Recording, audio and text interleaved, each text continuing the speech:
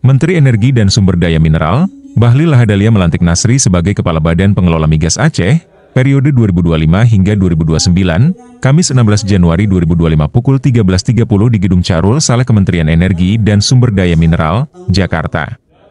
Acara pelantikan ini juga dihadiri oleh sejumlah pejabat penting dari pemerintah, Kementerian ESDM, Provinsi Aceh, dan KKKS yang beroperasi di Aceh.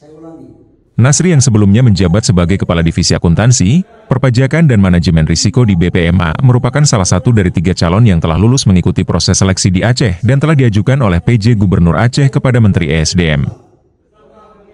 Saya ulangi, akan menjunjung tinggi etika jabatan.